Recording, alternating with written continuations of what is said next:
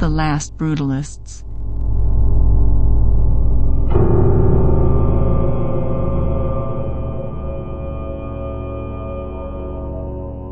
This massive copper sculpture is called Serpent 22B. Gather round, and let me speak of the Titan of Kepler's ash.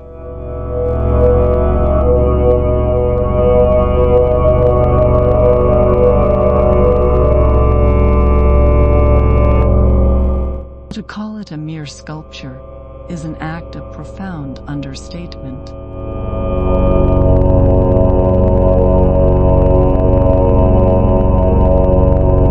It is a piece of monumental land art, a site-specific installation.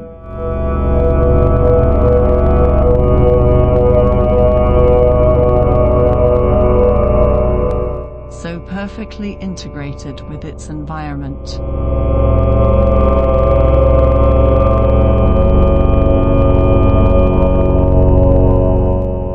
That one questions where the geology ends and the artifice begins.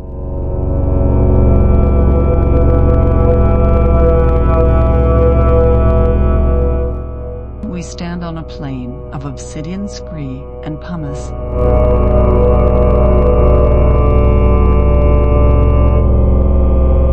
Under a perpetual twilight sky.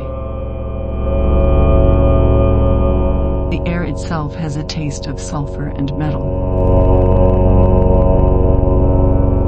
And from this primordial plinth of shattered volcanic rock, the work rises.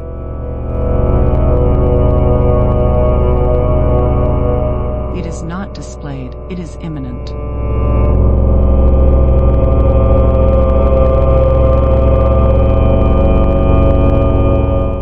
Architecturally, its form is a study in controlled chaos.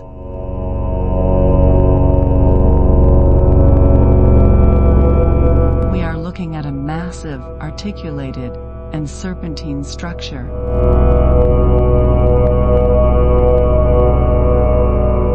Its primary construction is of heavy cast bronze plates.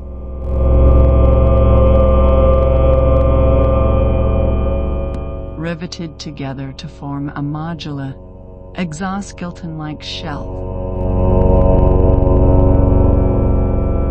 This suggests a brutalist influence in its unadorned honesty of materials.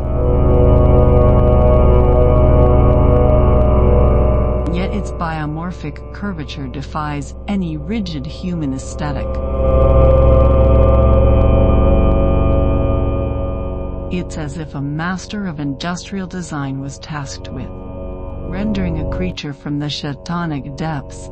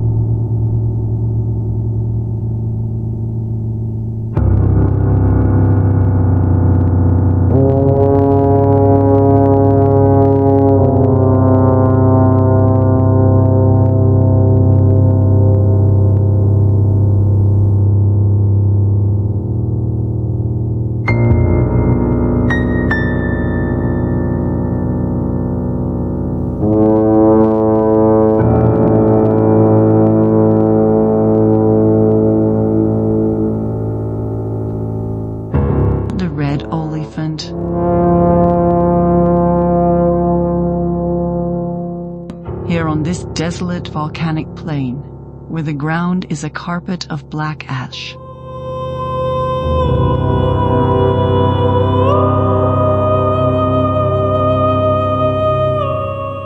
And the world is swallowed by a persistent, blue-like, chilling fog, stands a monument that defies simple categorization.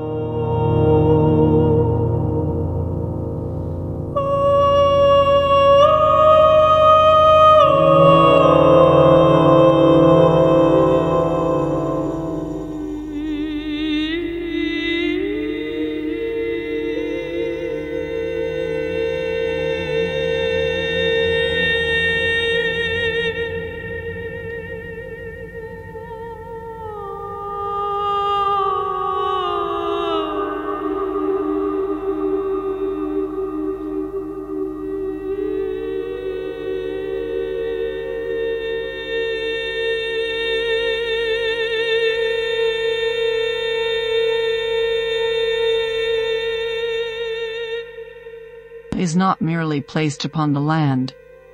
It appears to have grown from it, an iron-rich crystallization of the planet's own brooding soul.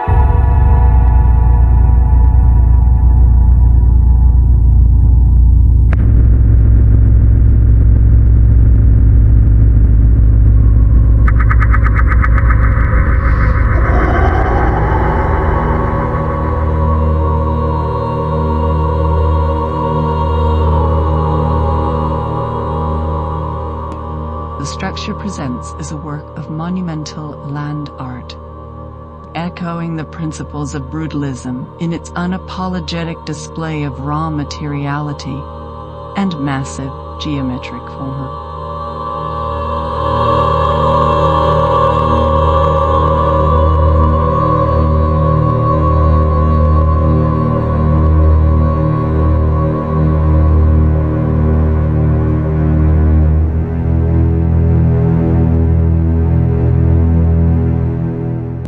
Its overall massing suggests a sort of primordial quadruped, or a cyclopean dolmen, a shelter for forgotten gods.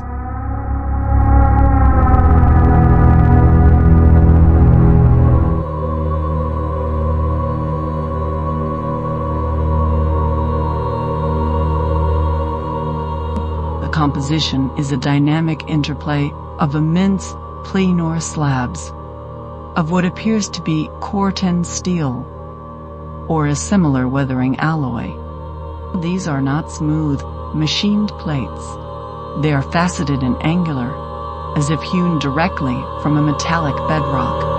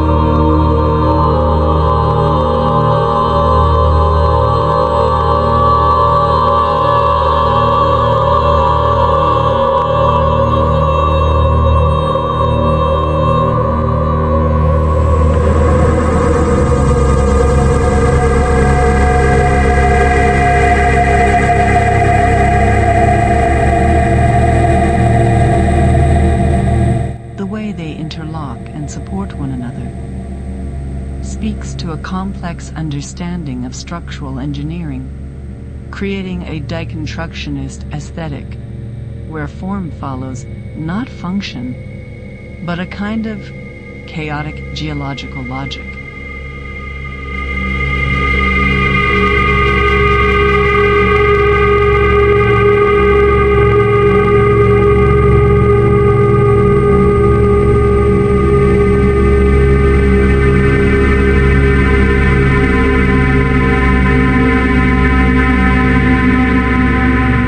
The structure rests on several colossal load-bearing piers that are not so much legs as they are angular buttresses digging into the soft horns, dark earth.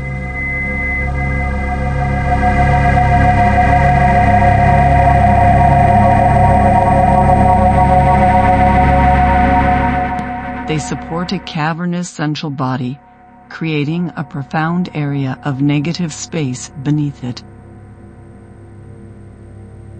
A dark, primitive archway that frames the ethereal mist beyond.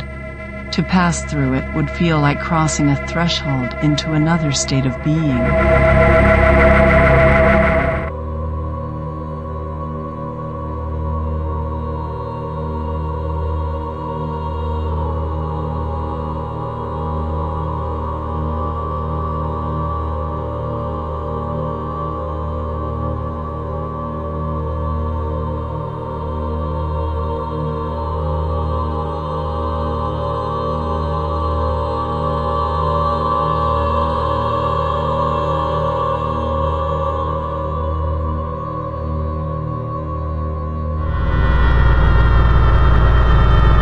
This imposing bronze sculptural mass is called in tempo portal.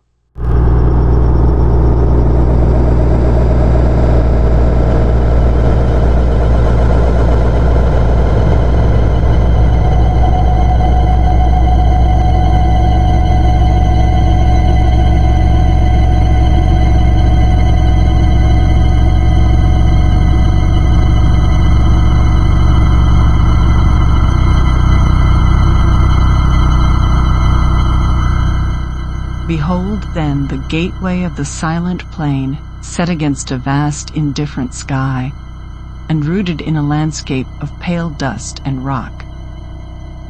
This colossal structure is a masterwork of monumental sculpture and a profound architectural statement. To speak of it is to speak of scale of time and of overwhelming presence.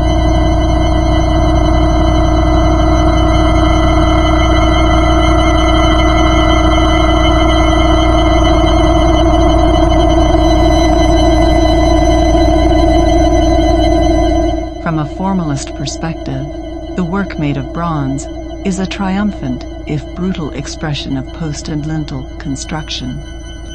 Reimagined on a cyclopean scale, two massive piers themselves, composite structures of stacked moduli blocks, rise from the desiccated earth to support a heavy, spanning lintel.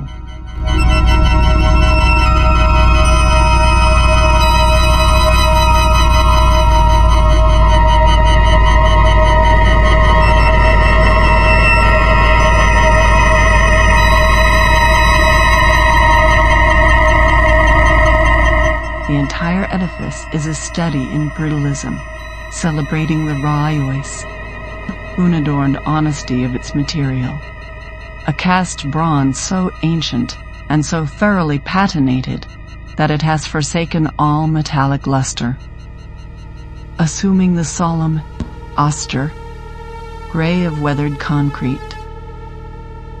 Its surfaces tell a story of eons stained by atmospheric fallout and scarred by wind-blown particulates.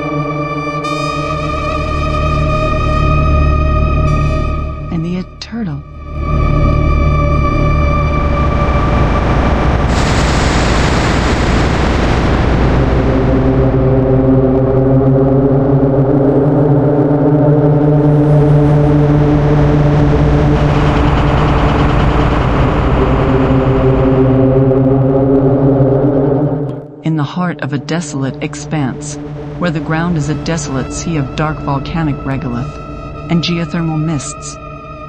Cling to the earth lies a testament to an unknown maker.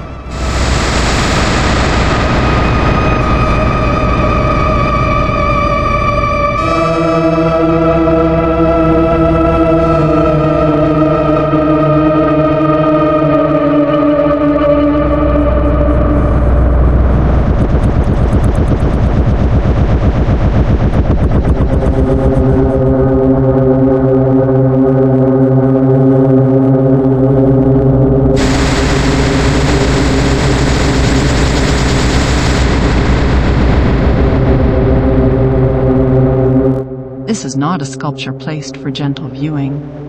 It is a chthonic presence, an entity that has either landed or been unearthed, blurring the line between land art and alien archaeology.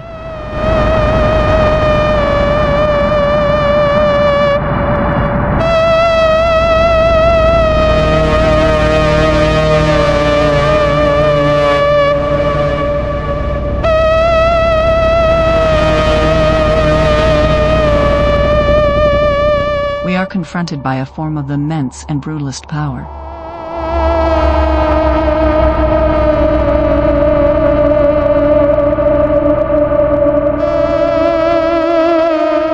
Its primary massing is low and horizontal, a dense cluster of interlocking geometric modules that suggest the carapace of some colossal Inborus. Primordial arthropode. Architecturally, it is a deconstructed marvel, a composition of massive henver, cantilevered blocks that appear both impossibly heavy and dynamically poised.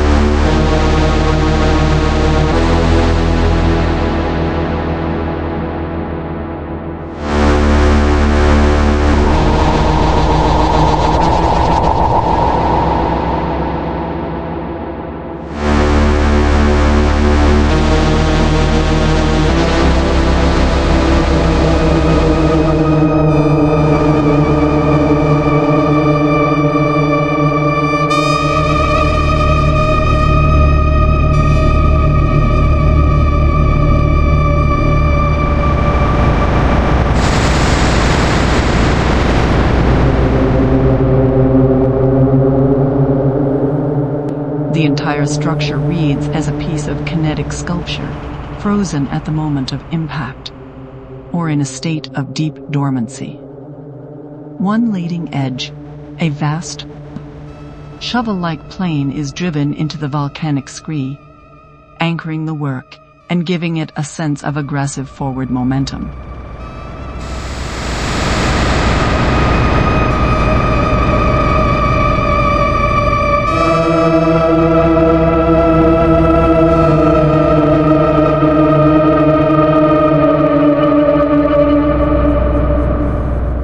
The materiality of the piece is central to its aesthetic impact. It appears to be forged from a massive quantity of bronze or a similar copper alloy.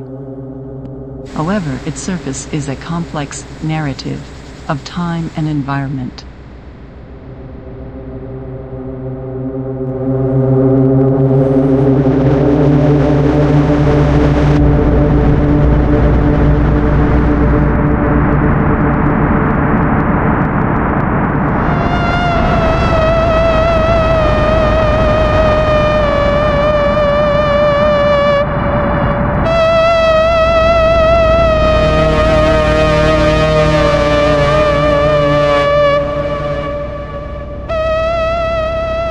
We see a dramatic chiaroscuro play out across its plains. Exposed upper surfaces gleam with a metallic ochre, gold, while the recessed areas and undersides are coated in a deep, matte black patina, the result of eons of atmospheric corrosion. This is a surface that is not merely decorative, but is an essential part of the form, an impasso of elemental history.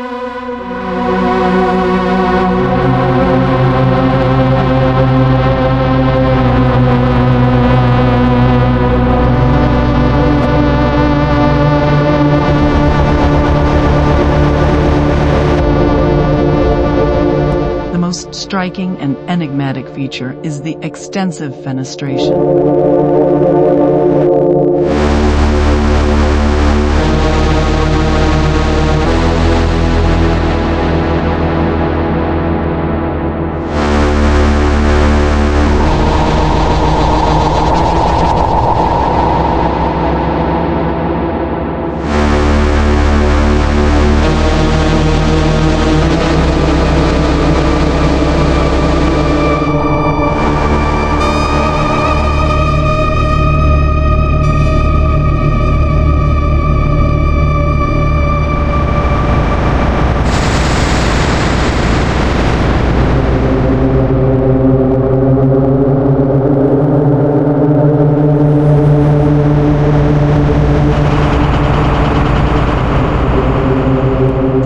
Bronze plates are perforated with a seemingly random array of circular voids varying in diameter.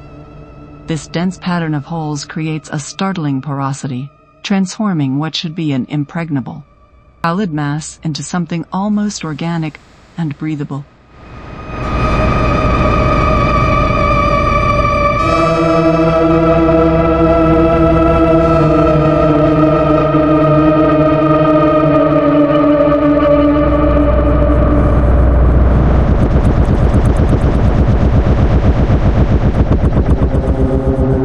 From a formal perspective, these perforations disrupt the monolithic surfaces, creating a complex visual texture and allowing pockets of deep shadow to riddle the form. They evoke a sense of the uncanny. Are they vents, vacant eyes, or the scars of an ancient forgotten conflict?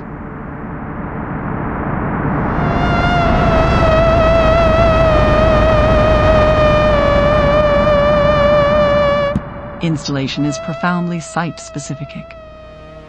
The swirling mists that rise from the ground envelop its base, creating a sumato effect that partially obscures the structure, making its true scale difficult to ascertain and enhancing its mystery.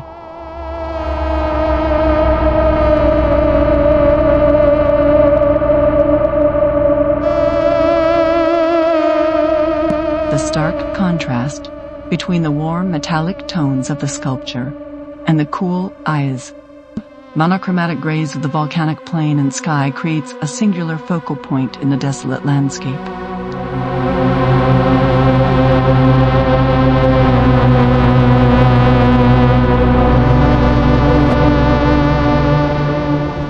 It is a work of the sublime, its cyclopean scale, an ambiguous machine-like form, designed to evoke not comfort, but a profound and unsettling awe. It is less an object to be interpreted and more a force to be experienced, a silent, powerful enigma resting in the dust.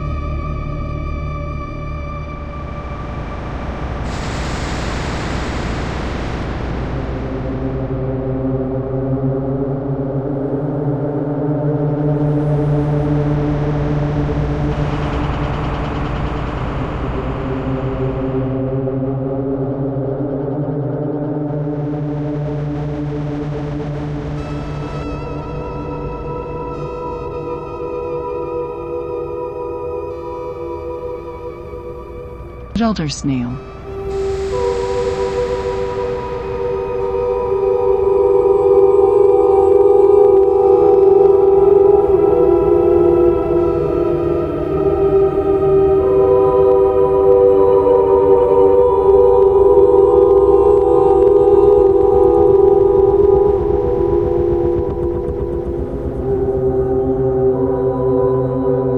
To ask what inspired this form is to presume a separation between the creator and the creation, between the idea and the object.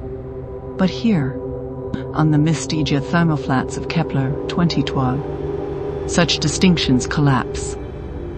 This is not a sculpture. Something. It is the sculpture that simmers by. Its inspiration is a deep ontological necessity, a direct expression of the very principles of being in this specific corner of the cosmos.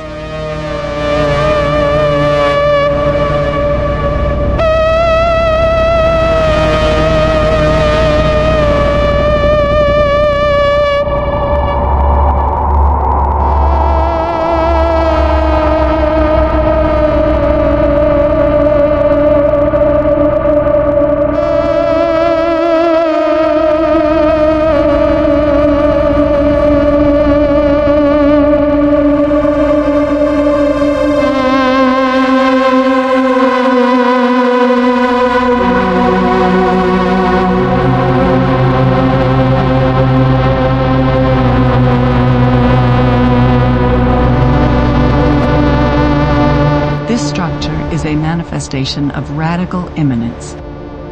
It is not an effigy of a creature, nor a symbol of a concept.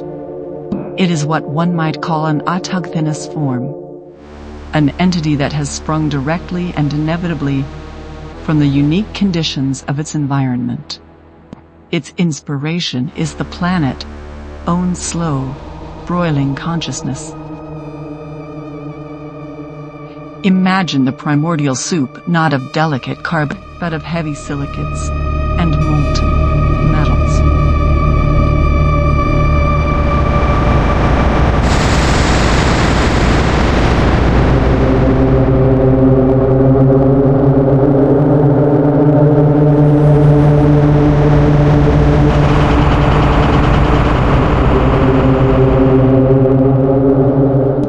This form is the logical busy of a geology that dreams of biology. It embodies a state of being that is neither inert nor alive in our familiar sense, but exists in a third category, a state of lithic self-organizing potential.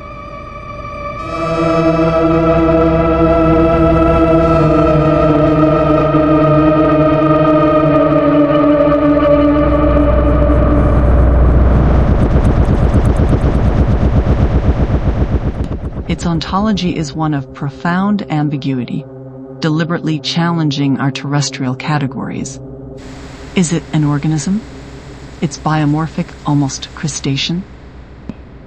Like form suggests so, with its defensive spines, its shell-like plating, and what appears to be a great cyclopean sensory organ. Is it a geological concretion? Its rough, pitted texture, and its fusion with the ashen ground, speak of volcanic birth?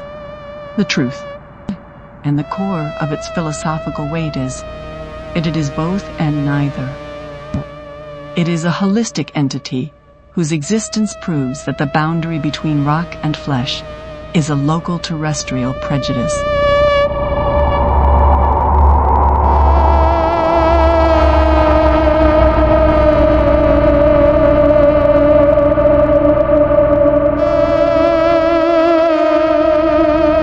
Inspiration, then, is emergence itself.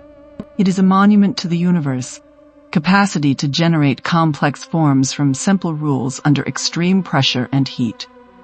Its singular riensis, conical eye, is not an organ for seeing in our sense, but a focal point for being. It is the noumenal core of the object made manifest, a geometric absolute amidst organic chaos. It stares into the fog, not to perceive the world, but to announce its own irrefutable presence within it. The surrounding horns and flanges are not appendages, but vectors of becoming. The frozen, physical record of the forces that shaped it, pushing outward from a central point of existence.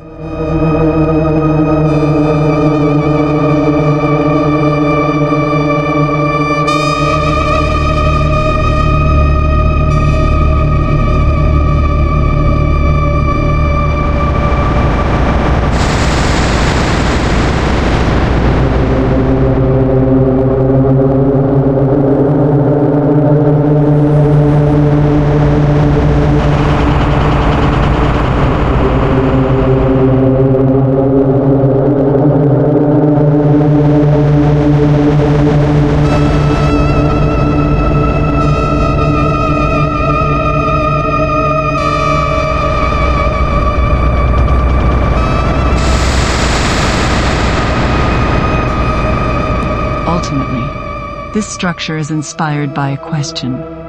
What is the nature of being when stripped of all familiar context? It is an ontological probe, a thought experiment given colossal physical form. It rests in the steam, not as a remnant of a lost civilization, but as a perpetual statement of fact. It did not need an artist to conceive it, for the planet itself was the artist. It did not need a model to copy, for it is a primary form. Its inspiration is the simple, terrifying, and beautiful truth of its own possibility.